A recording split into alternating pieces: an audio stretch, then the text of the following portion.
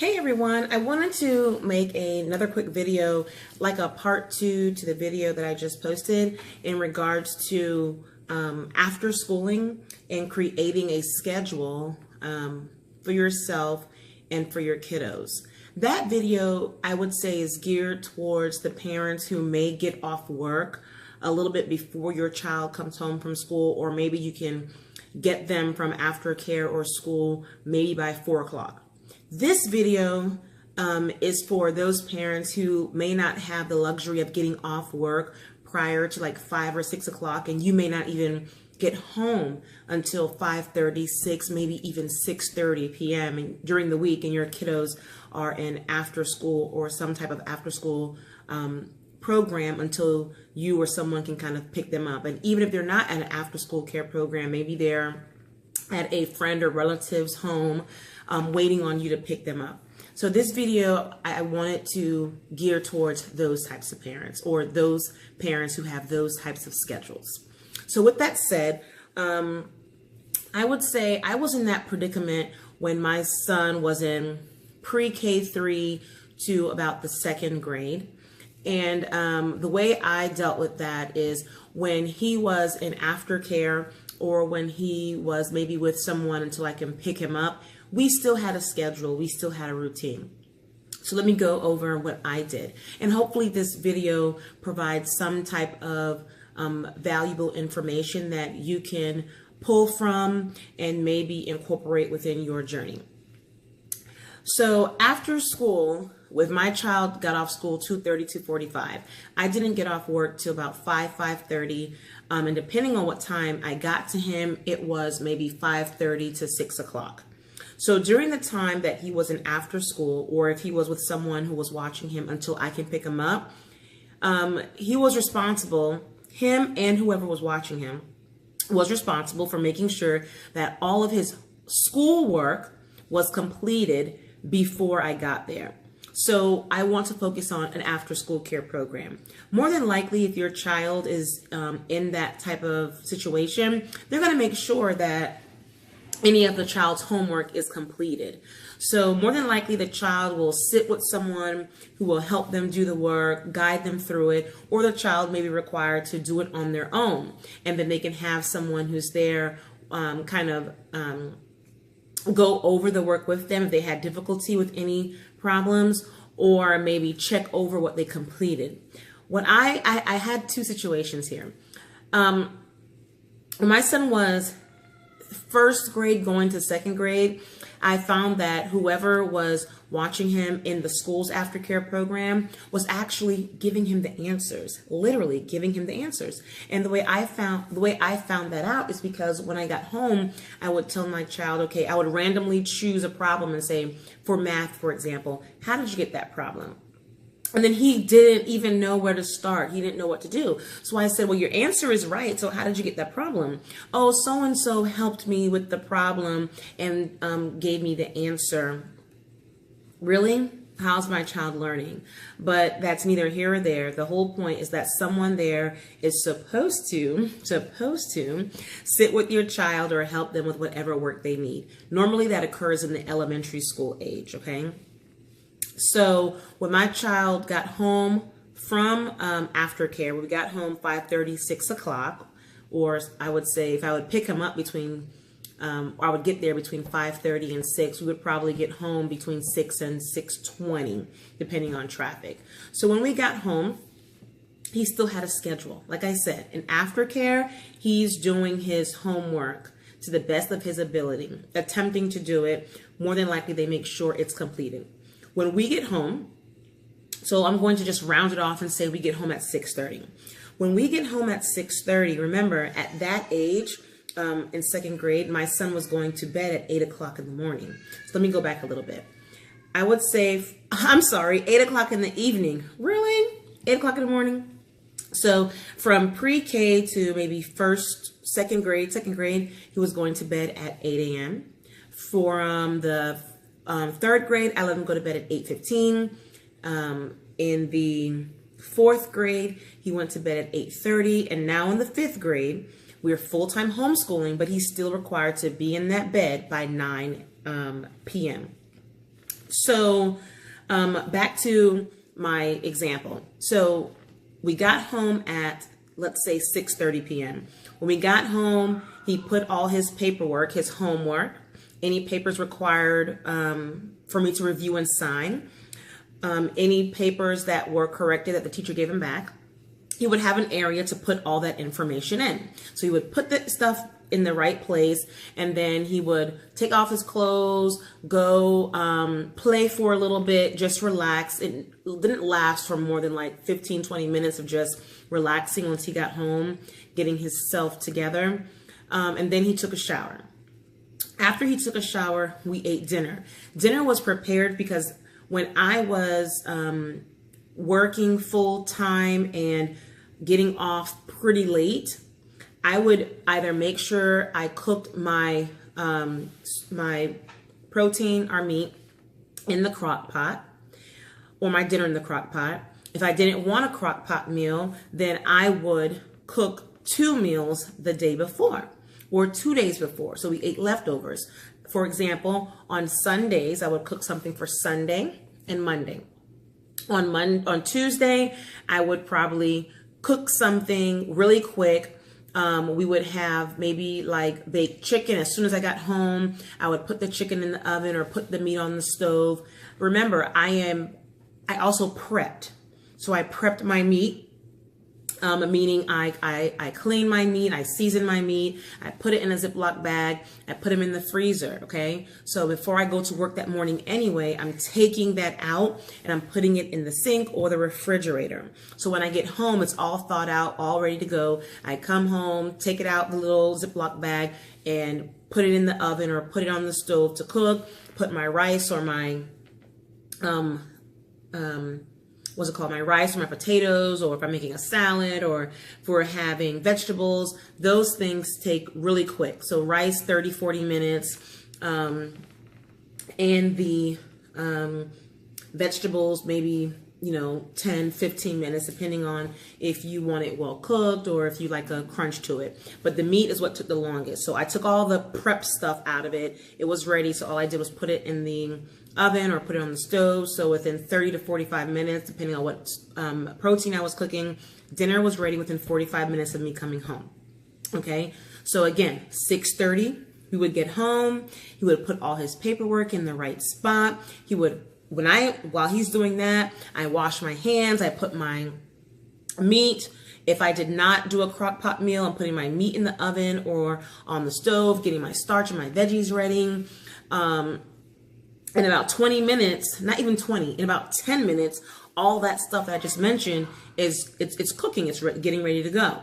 So I would say maybe around 7 o'clock, we're, having a conversation. We're talking about what happened in school. We're just chit-chatting or whatever. And depending on how groggy or tired, if he's not tired or groggy, we'll go ahead and we check his homework together. If he's groggy, I'll wait till after dinner. So in this example, I'll give you 2. In this example, let's say it's now 7 o'clock. He's groggy, so we're just chit-chatting, having a conversation.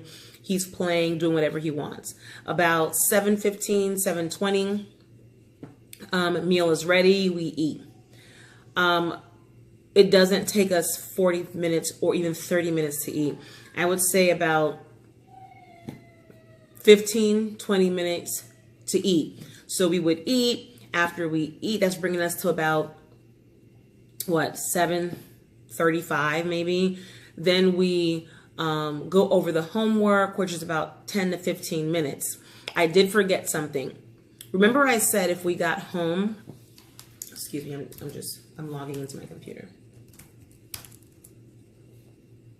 Remember when I said when we got home around 6:30, he would chill, and if he's groggy, we would just have a conversation. Between the time that we get home, 6:30, and the meal being ready, let's say 7:15, 7:20, in that time span, he's putting his stuff together, he's relaxing, we're having conversation, and he takes a shower. That's one thing I forgot to mention. When he gets home and he puts everything up, I have taught him to, at that time, take a shower. Get your shower out of the way, okay? That just saves time, and that just ensures that he gets to bed as close to 8 as possible. Does he get to bed all the time at 8 o'clock when he was in the 2nd grade or the 1st grade? No, maybe 8:15. It just depends on what's going on. So let's say we're done eating around 7:35, 7:45. Okay, when we're done eating, again, we go over his homework. After his homework, you know, at that age, I would read him a book, and then he would go to bed. Of course, picking up anything that's off the floor in his room or in his bathroom, right? So simple. I don't do any after schooling, as you can see, okay? I did not do or say after schooling, homeschooling in that example. Even if he wasn't groggy and we can get to the work after he took a shower, while dinner was cooking, we could get to the homework. Even in that instance, I'm not doing any after schooling or homeschooling because we literally only have 2 hours from the time we get home. 6:30, not even 2 hours, we have an hour and a half. We get home at 6:30, and he needs to be in bed by 8. That's our goal, 8, sometimes again, 8:15. So in that hour and a half, he has to relax. We have to go over his homework. He has to take a shower. We have to prepare for the next day. He has to eat dinner. And, you know, I read him a book. We have a conversation or whatever. So that's what normally I would say 8:15. More than likely it was 8:15. Because again, he has to prep for the next day. Are your clothes out? Are your shoes out? You know, your undergarments, is your book bag ready? Your homework in your book bag, the papers that I signed, is it in your book bag? So my hope is that he got all that done before he jumped in the bed. Did he get it done all the time? No. Did he get it done sometimes? Yes. But what I did, because I didn't go to bed till about 10 o'clock. So before I went to bed, you know, I did my whole cleanup thing. I made sure that everything, his lunch, his paperwork, homework, everything was in his book bag by the door. Shoes by the door. I would make sure or double check. So if he didn't, I do it. If he did, I just go through his stuff anyway, just to make sure everything is there, because we don't have any time in the morning to go through that stuff. And I would just make sure our day for the next day was ready. I would get my crock pot ready for the next day, figure out what we're eating, and we would go from there. So again, this is an example for those parents who get home late and you may have, you know, 2.5 hours to get everything you need to get done in the evening for your child before they head off to bed. So you may not be able to do after schooling, homeschooling. I also forgot to mention that, you know, sometimes if the day is busy, you're busy at work, you're tired, your kids are tired, and you may not get through all the homework during the week when you get off work at such a late hour, and you have to make sure they get something to eat, they're prepared for the next day. Sometimes that's all you have time to do. You may not have the energy to do their homework with them. Do not feel bad if you have to do the homework in the morning. I've had many of days where I put the homework on a clipboard, and I make sure I leave the home a little earlier than normal, and we put the homework on a clipboard. We go to the school, we park in the parking lot, he jumps in the front seat, and we do it together. Or we wake up maybe 30 minutes early, and before we head out on time, we sit at the table and we do the homework in the morning, day of, before school. I do not make that a habit. I don't really like doing that, but sometimes you just have to do what you have to do as a parent. Normally, I reserve like vocabulary words or spelling words for the morning. I try my best to complete all other assignments, you know, language arts, especially math, before we go to bed. So we'll get that done, like I said earlier in the video, you know, before or after dinner once we get home. But if it's vocabulary and spelling, I push that sometimes in the morning where the brain is fresh, he's alert, and it's easier for him to remember, especially if he has a test the next day. And yes, when my son was in kindergarten, 1st and 2nd grade, they had quizzes and tests. That's just how they did it. So let's go back to the video. before they head off to bed. So again, you may not be able to do after schooling, homeschooling during the week in those examples. And especially if your child is, enrolled in extracurricular activities along with your late work schedule, it's not gonna happen, guys. Okay, not during the week at least. Again, and I want to talk about extracurricular activities. For my son, when he was in kindergarten, pre-K, first grade, if I was doing extracurricular activity, it was one. And it was one per season. So he was in soccer, he did swimming, but again, those things required one day during the week for us to go to practice. And practice was maybe at that age, 30 minutes. So in those instances where we had extracurricular activities and he had to go to practice during the week for 30 minutes, that means we're not getting home until like 7 o'clock, 7:15. So on those days where we have extracurricular activities, he's absolutely going to bed a little bit later. He's going to bed around 8:30, but we're still going to review your homework. We're still going to eat dinner. You're still going to shower. You're still going to tidy up your room and your bathroom, which takes 1 or 2 minutes. And I, of course, will help him through that process just to make sure he gets to bed as close to 8:30, which is, again, normally once a week for the day that he has extracurricular activities. And for those activities, he had games on the weekend. So on Saturday, they had a 30-minute soccer game, or he had a 30-minute swimming thing or something like that. Okay, so how did I get after schooling and homeschooling in? Because remember, we're not doing this for ourselves. We're doing this to make sure, one, our children know what's going on in school. They understand the material. They understand the work. We're helping correct any gaps or issues, or close gaps and correct any issues that we see that they're having with their school subjects. We want to challenge them if they're not being challenged. If your child is coming home with all A's, they are not challenged. Challenge them. If they're coming home with C's, D's, F's, there's a gap there. Figure it out. Work it out with them and their teacher. Involve the teacher as well. Oh yeah, something I totally forgot. I'm going to go all the way back to aftercare. Okay, when my son was in 2nd grade and he had aftercare. So after he gets out of school, he goes straight to aftercare, which is like in the same school. This is just a different area of the school. Before he went to aftercare, he knew, and the teachers knew, because I spoke to his teachers, and the aftercare facilitators or managers knew that he may not come straight to aftercare. He is to go to certain teachers' classes, and it was normally math, and language arts, math and language arts / writing. He had to go to their class and ask the teacher, do I have any missing work? Do I have any work that requires correction? Do I have any incomplete work that maybe due, in a few days, or maybe due tomorrow, or it's past due, that I need to complete?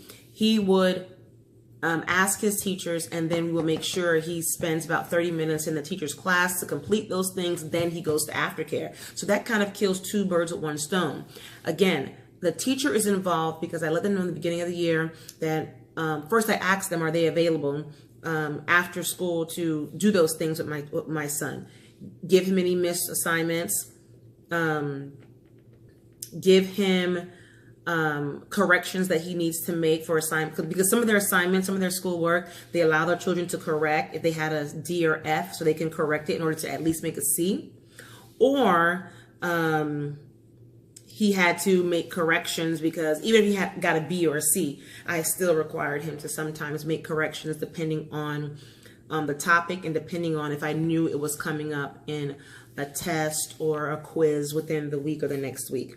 So I would talk to or email the teachers in advance and ask the teachers, are there any missed assignments, anything require corrections, anything require a redo, anything of that nature. And they would say, oh, yes or no, have your son come to my class on Wednesday after school, or Monday after school, or Friday after school. So that's how he knew what teachers to go to, and that's how he knew which classes to go to before he went to aftercare, because me and the teacher would communicate. I would let him know in the morning. I would email the teacher to let him know that I told him. I would also email the after school facilitator to let he or she know that the child is to go to this particular teacher on this particular day for this particular reason. So we were all in communication. So that helped me as parent to ensure that those areas were being managed and taken care of. Because again, if I get off work late and he still has to do those things outside of regular homework, we may not have the time during the week for me to get to it while ensuring he gets to bed at a decent hour at such a young age. So those were ways that I kind of followed up and followed through to make sure those things didn't have to come home for us to do, that they could be done with the teacher after school, since he was there for 2.5, sometimes 3 hours anyway before I got him. Why not be productive and get those things done, right? So that's just a tip if you're able to do that. I totally forgot where I was in the conversation. I think I was at extracurricular activities, but yeah, so if you have extracurricular activities, the best thing to do may be not to put your child in every single thing that he or she or you want them to participate in. Choose one per semester, because you get off work late. You don't want them in extracurricular activities every single day of the week where you have to take them. You're lugging them back and forth. They still have to finish homework. You still have to cook. You still have to do mommy, daddy duties, chores, whatever. You still got to take care of yourself. You still have to get ready for the next day. There's just so much to do. So the goal is to share the responsibility as much as possible, to be as organized, to have a schedule, lay it out, and not to overschedule yourself and your children with all these extracurricular activities, okay? So again, how do I after school and homeschool then? When my child was in like 2nd grade, when we started this whole after schooling thing. Well, I did it on the weekends. I did it on Saturdays and Sundays. And I did it for maybe 30 minutes to an hour. And I made the time for 30 minutes to an hour on a Saturday and a Sunday to go over the things that we rushed or missed during the week because we didn't have time. I may have noticed that he had a lot of wrong answers or common errors or repetitive errors that took place throughout the week. So I would, instead of him making corrections for the paperwork or for the, hey baby, what do you need? You want juice? You mean you want water mixed with juice? Okay, I'm coming. Give me 1 second, guys. Okay, I'm back. Sorry about that. So on the weekend, I would take, 30 minutes to an hour to do something engaging, or to do something that I noticed was a gap or something that he had lots of corrections on. I would go ahead and focus on those things on the weekend. Remember I said during the week, he normally, outside of homework, if he had any paperwork that required corrections and the teacher would allow the students who made a D or F on the assignment to redo it, turn it in to get at least a C. Now, that's different from what I'm about to say right now. For paperwork where he received a C or better, they don't require corrections. The teacher doesn't need to see that, right? But if my child gets a C on something, I need to understand why, and I want them to understand why they got the problem wrong. Even if they got a B on something, I still do that. So on the weekend, I would take maybe 10 or 15 minutes, and I would go through the paperwork, and I would say, okay, here is the math problem, here is the language arts problem, here is the reading comprehension question. Let's go through it, and let's talk about why did you choose that answer? 80% of the time when we redo it, my son says, wait, hold on, I chose that answer? I don't know why I chose that answer. I think the answer is this. And guess what? He's right. So I figured he's rushing. The majority of the time he is rushing, not paying attention to details, not taking his time, because when we do it together, he always gets, normally 80% of the time he gets it right. So then we figured out some strategies to work on reading comprehension, focusing, paying attention. We use those strategies still to this day within homeschool, and it has really, really, really helped him. But for those problems where he doesn't know why he got it wrong and he doesn't know how they got that answer, then we go through it and we talk about it and we correct it for our edification, for our knowledge, okay? Also, if I notice that there's a pattern of him getting a particular problem wrong in math, or there's a pattern of behavior in getting things wrong for any particular subject, what I do is on my time, I figure out what I can do to help him.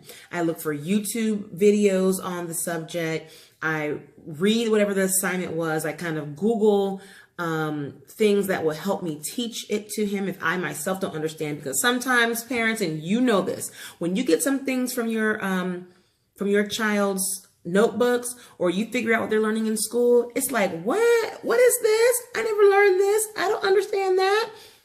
So in those cases, I have to go figure it out myself. I have to go relearn it myself.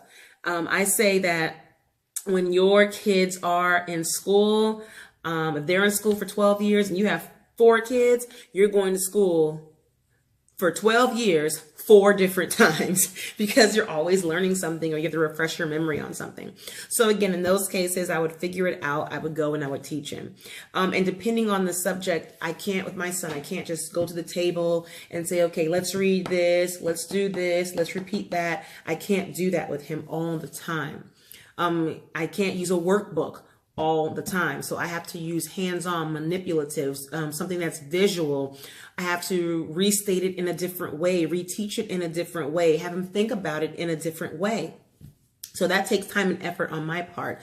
If I can go outside and do something, we're going to go outside and do it. If I can go to the library and do something, we're going to go to the library and do it. I try to find creative, fun ways to help him relearn, or for me to reteach what he's learning in school. Now, if there isn't an issue in school and he was doing great in school and there's no problems, right? Then I would focus on enrichment. We would do finance, budgeting. We would do art projects. We would play math games. We would play chess, Scrabble. That's vocabulary. Chess is logic and thinking. I would ask him, what do you want to learn about? What do you want to do? Let's go to the library. Let's check something out. Hey, let's do a project on this. Or, hey, you want to learn how to cook this? I would focus on life skills, enrichment, electives type stuff. And that's what I would do on the weekend. And again, homeschooling and after schooling is not always tied or aligned to what your child is learning in school. If there are gaps, please focus on that. Pay attention to it. Help them catch up. Help them understand. Help them figure it out by being creative in your method and your approach of teaching them. If they are on track and that's not an issue, then I think as a parent on the weekend, instead of letting your child watch television for 8 to 12 hours, or play video games for 8 to 12 hours, or play outside for 8 to 12 hours, taking 30 minutes to an hour of your time and their time for the purpose of enriching, helping, growing, developing is perfectly fine. If you're spiritual or religious and you want to focus on Bible study for 30 minutes on the weekend, hey, do that. If you're artsy and you want to do something artistic, do that. If you're outdoorsy and you want to do something physical, do that. There is a lesson in everything. So I hope this video was a benefit. I hope it was helpful. And I hope I wasn't all over the place and you kind of understood as working parents who may get off work late and you may not get home at a decent hour and you don't have time to after school or homeschool or part-time homeschool your child during the week, that there's still options out there for you. You can still do it on the weekend, 30 minutes to an hour, to help them with what they have gaps in school, or to reteach, or to challenge them, or to focus on those skill sets that they're not going to get in school: oratorical, finance, art, interest-led projects, going to a museum, going to a zoo, reading to them aloud, having them read, do a book report or do a talking book report, and things of that nature. There's so many creative things that we as working parents can do to help our children matriculate through school, and to help them get further along with their studies, and to also give them the skills that they're not going to learn in school, and some of those skills that we as parents are going to forget, to instill within them at a young age. So again, I hope this video was a benefit. I hope you found at least one thing that you can use and incorporate within your journey. And as always, don't forget to subscribe, like, and share this video. And you make it a blessed day. Thank you. Bye.